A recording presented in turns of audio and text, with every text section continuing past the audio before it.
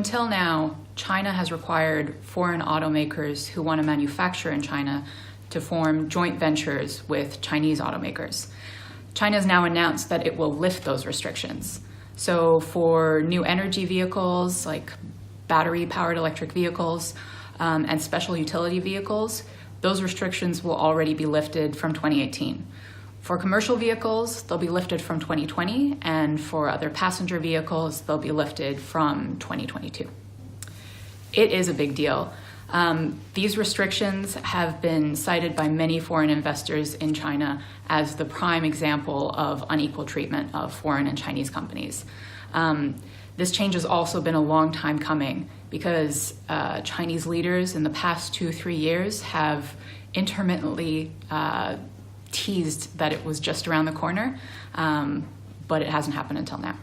So there are two main reasons why China is lifting the restrictions now. The first is that China wants to attract more investment and advanced technology in its new energy vehicle sector. There's been a belief that the JV requirement has prevented many companies from bringing their most advanced new energy vehicle technology to China for development.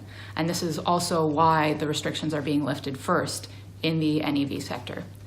The second is that China wants to improve its standing in global trade disputes, particularly amidst the current trade standoff between Beijing and Washington.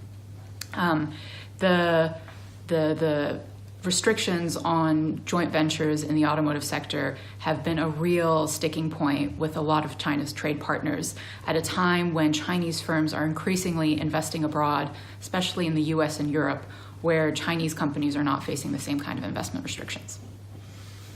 So the most significant change will be for foreign new energy vehicle manufacturers that are not already producing in China, Tesla being the most prominent example.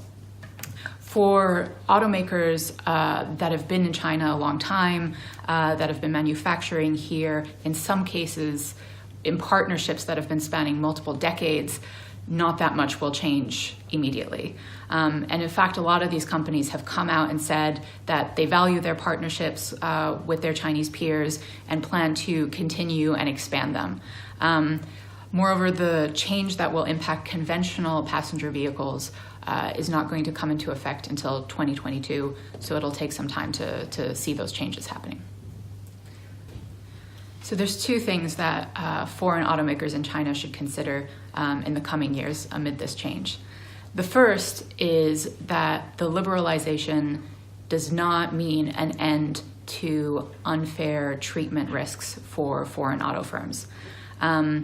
China wants its own companies to be leaders in new technologies like new energy vehicles and autonomous driving. And it will use industrial policies like Made in China 2025 to support them. And this is going to continue to pose a challenge for foreign auto firms in China. The second aspect is that the liberalization, particularly in the NEV sector, is going to see a lot of changes in companies' partnerships and business relationships.